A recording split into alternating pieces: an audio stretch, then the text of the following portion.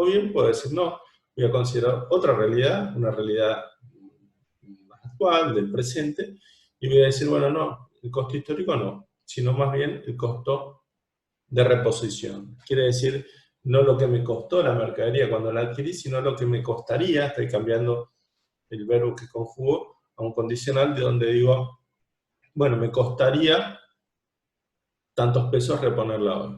Eso significa cambiar la realidad. No voy a medir el patrimonio por una realidad histórica, sino una realidad del presente.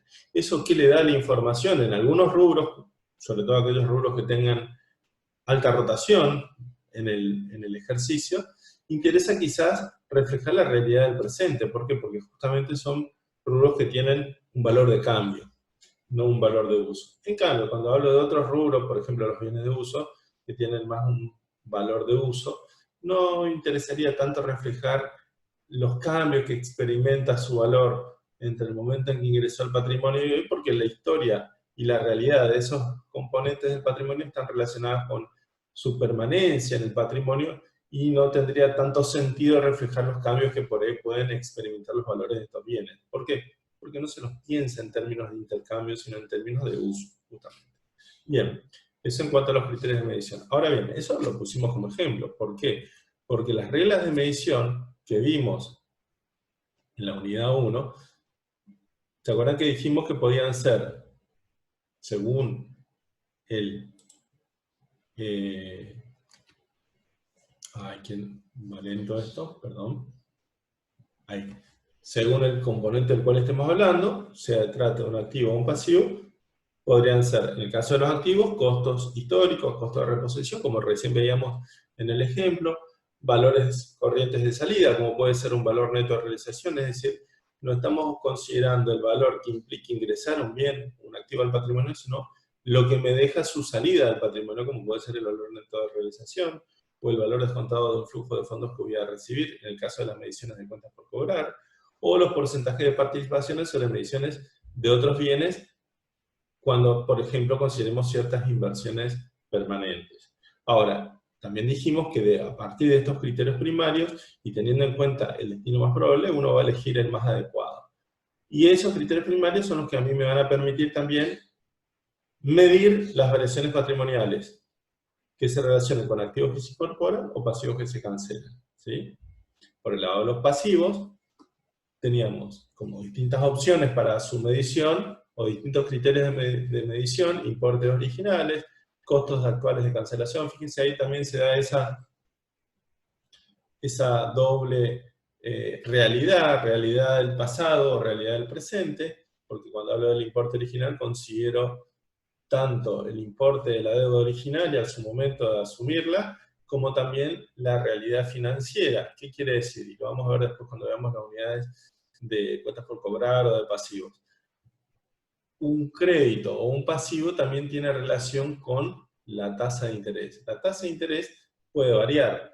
Entonces, la variación de la tasa de interés también va a cambiar la medición de un activo, como puede ser un crédito o una cuenta por cobrar, o un pasivo, como puede ser una deuda comercial, financiera. El valor descontado del flujo de fondos a desembolsar, también, recién decíamos lo de la tasa, o bien las participaciones sobre mediciones contables en el caso también de las inversiones.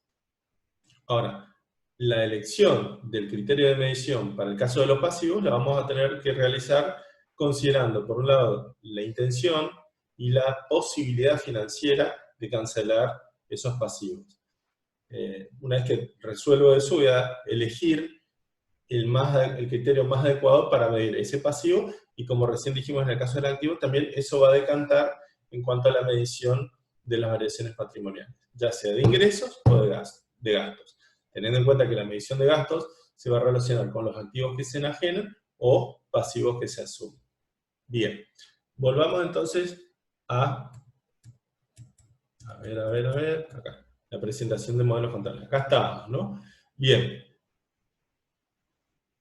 ¿Qué significa? Y voy a retomar acá, voy a tener un análisis más detallado de el capital a mantener. Vamos a correr mi carita acá, vamos a ponerle ahí.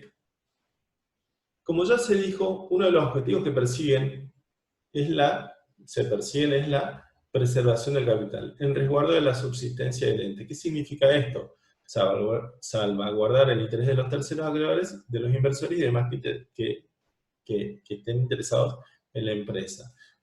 Es decir, la ley de sociedades comerciales en Argentina establece que el reparto de utilidades solamente se puede realizar sobre ganancias líquidas y realizadas y líquidas. ¿Qué significa esto? Que hay que entender cuándo se considera que existe una ganancia. Entonces, ¿cuándo va a existir una ganancia? Y bueno, teniendo en cuenta el patrimonio neto de una empresa, lo que forme parte del capital será capital, lo que sobra será ganancia. Entonces, por eso es importante definir el mantenimiento del capital, que podrá ser, como ya lo anticipamos, financiero o físico. ¿Qué adoptan nuestras normas contables? La resolución técnica 16 habla en algún punto del mantenimiento del capital financiero, es decir, que ya les adelanto que nuestras normas contables adoptan el criterio del mantenimiento del capital financiero. ¿Qué significa esto? Que se va a propiciar la medición del capital en función de las cifras invertidas por los propietarios. ¿Qué quiere decir? Aquellos aportes efectivamente realizados más las ganancias que se haya decidido capitalizar. Todo es capital, ¿sí? En contextos de estabilidad monetaria, estos son el capital nominal invertido por los socios. Ahora, cuando le agregamos el concepto inflacionario, ese capital, por lo que yo hoy les anticipé, se va a considerar ajustado por inflación. ¿Por qué? Porque tenemos que reconocerle a los propietarios sus aportes manteniendo el poder adquisitivo. Si no, no se estaría fomentando la inversión en sociedad, dado que uno vería licuado su aporte, el poder adquisitivo de su aporte. Bien, ¿qué aspectos subyacen de este criterio? Que el objetivo del empresario es obtener un aumento de dinero que como portador de valor invirtió. ¿Y qué será ganancia? Todo incremento patrimonial por encima de los aportes de los propietarios. Obviamente que si hay nuevos aportes, eso va a incrementar el capital y no una ganancia. ¿Ok? En cambio, cuando hablamos del mantenimiento del capital físico, yo recién les dije que se considera capital operativo o capital físico una definición de unidades productivas. Entonces, cuando se realizan aportes y teniendo en cuenta la actividad del ente, es necesario definir una unidad productiva. Y eso es lo que voy a mantener en cantidades. Es decir, el aporte de los socios habrá que traducirlo a unidades productivas y luego, para su registración, a unidades de moneda. Entonces, ¿qué es lo que se define como capital que debo mantener? El valor de los activos que hacen falta para mantener esa capacidad productiva. ¿Cuál? La que se define en el momento del aporte. ¿Sí? ¿Qué será entonces el objetivo del empresario? Obtener incremento de productividad, es decir, habrá ganancias cuando la productividad de ese aporte inicial crece. Ganancia, entonces, en consecuencia, será todo incremento de capacidad física u operativa de la empresa. Bien. El último tema que recién planteábamos, y que ahora me interesa analizar, es el que se refiere a los criterios de medición. Dijimos recién que hay distintas posturas distintas opciones, no posturas, perdón, en cuanto a la medición del patrimonio, tanto para activos como pasivos. Se llaman criterios primarios de medición. Pongamos como un ejemplo, y ahora analicemos qué pasa, por ejemplo, cuando utilizamos costos históricos o costos corrientes, y para tener en cuenta las consecuencias de estos cambios. Por ejemplo, pensemos en una empresa que en un punto utiliza costos históricos, ¿sí? Es decir, vamos a tener como un criterio primero la utilización de costos históricos del pasado. ¿Qué elementos van a integrar el costo de compra? El precio de compra, los gastos de compra, más los gastos de recepción, montaje y puesta en marcha. Si hablamos de los costos de producción, porque sería una empresa, una industria, por ejemplo, en ese caso no vamos a tener los costos de adquisición, sino los costos de producción. La materia prima, la mano de obra y los gastos indirectos de producción. Entonces, ya sea que estemos hablando de una empresa comercial en donde vamos a tener costos de adquisición o una empresa industrial en donde vamos a tener costos de producción, siempre vamos a estar hablando de costos del pasado, ya sea en el caso de la empresa comercial, cuando se adquirió, y en el caso de la empresa industrial cuando se produce el bien. Ahora bien, nada implica que esa realidad se mantenga en forma lineal, es decir, que los precios de compra cambien o que los costos de producción varíen, pero varíen por cuestiones del mercado, por valores de reposición. Entonces, si esa realidad cambia, es la que planteamos cuando utilizamos costos corrientes. Entonces, ¿qué significa? Y bueno, que variaron los costos de reposición, que variaron los costos de producción, etc. Entonces, pensemos qué pasa cuando, o veamos, mejor dicho, qué pasa cuando utilizamos, por ejemplo, estamos hablando de la medición de un rubro en particular, que es, en este caso, bienes de cambio, y tengamos, por ejemplo, una misma empresa que mide en un momento, que defino como ejercicio 1, y otro momento que sería el ejercicio 2, ejercicio económico 1 y ejercicio económico 2. Pensemos qué pasa cuando nosotros compramos una mercadería y la tenemos al cierre, por ejemplo, y después la vendemos. Si nosotros utilizamos el parámetro inicial, que es la utilización de costos, por ejemplo, pensemos una mercadería que se adquiere a un precio de compra de 100 y que la podemos vender a 150, ¿sí? Es decir, le agregamos un margen de utilidad bruta de 50 pesos.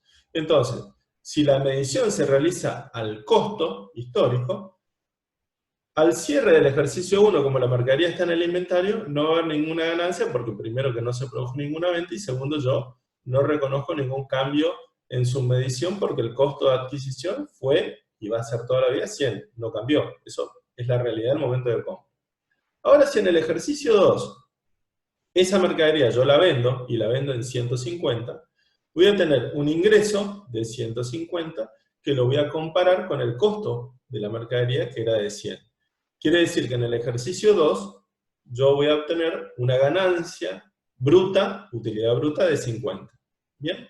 Si yo analizo los dos ejercicios, entre el 1 y el 2, yo voy a ver que tengo 50 pesos de ganancia total, que fue el cambio patrimonial, porque yo tenía mercaderías por 100 y ahora tengo, si la vendía al contado, efectivo por 150. El patrimonio del activo creció 50 y eso justifica